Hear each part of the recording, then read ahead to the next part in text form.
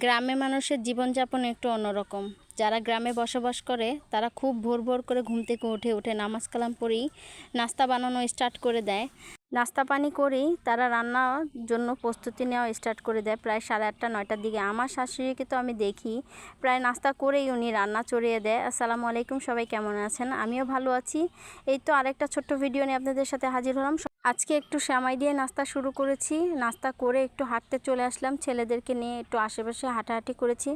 অনেকক্ষণ ধরেই অনেক দিন ধরে হাঁটাহাঁটি হচ্ছে না। তো হাঁটাহাঁটি শেষে দেখি শাশুড়ি ঘরে নাই, উনি দেখি কচু কাটতেছে। তো ভাবলাম যে একটু ওনার সাথে একটু হেল্প করি। তো আমাকে বলল, বউ তুমি একটু কাঁচিটা নিয়ে আসো। তো এখানে আমি দৌড়ে যে কাঁচিটা নিয়ে আসছি ঘর থেকেই। আর এখন কাঁচিটা নিয়ে আমার শাশুড়িকে দিব। শাশুড়ি অনেকগুলো কচু কাটবে, আর এই কচুগুলো আমার খুবই পছন্দ। তা শাশুড়ি সে অনুযায়ী চিন্তা করে এই কচুগুলো কাটলো। আর এই কচুগুলো কিন্তু আমার শ্বশুর লাগিয়েছে, যেহেতু পুকুরের ধারে কচুগুলো, আর এগুলো অনেক বড় বড় হয়ে গিয়েছে। তো ভাবলো যে শাশুড়ি যে আমার বউয়ের জন্য কিছু রান্না করি। আর গতবার এসে কিন্তু আমি বলেছিলাম যে এগুলি আমি অনেক পছন্দ করি। তো একটু শাশুড়িকে হেল্প করে দিচ্ছি, আর এগুলি শাশুড়ি কেটে আমাকে দিচ্ছে, আমি এখন ঘরে নিয়ে যাব।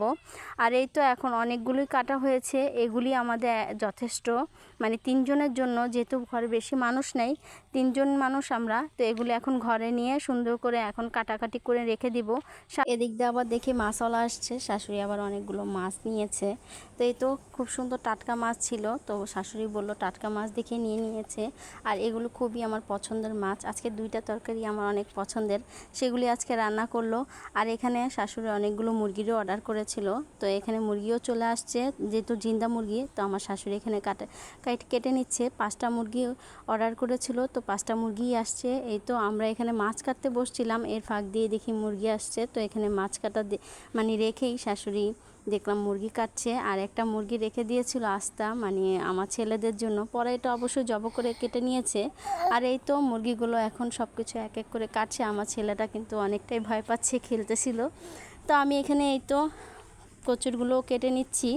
শাশুড়ি এখানে দেখলাম যে মাছ কাটা শেষ, ওগুলি ধুয়ে আনতে গেছে পুকুরের পাড়ে। তা ভাবলাম এর ফাঁকে দিয়ে আমি কচুগুলো কেটে নিই।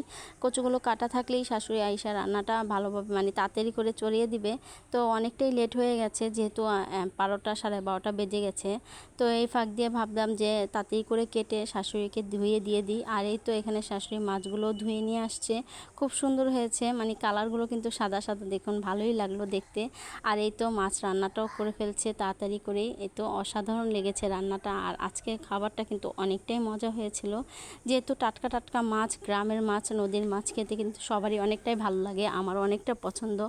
আর এই তো ছেলেদেরকে খাওয়া দাওয়া করিয়ে নিজে গোসল করে এখন খেতে চলে আসলাম। আজকে কিন্তু কচুটা খুবই মজা হয়েছিল, বেলির ডাল আর সাথে শুটকি দিয়েছিল। আর এই তো এখন আমি মাছটাও খেয়ে নিব। টাটকা টাটকা মাছ খেতে খুবই ভালো লাগে। ভিডিওটা কার কাছে কেমন লেগেছে অবশ্যই কিন্তু কমেন্টস করে জানাবেন। ধন্যবাদ।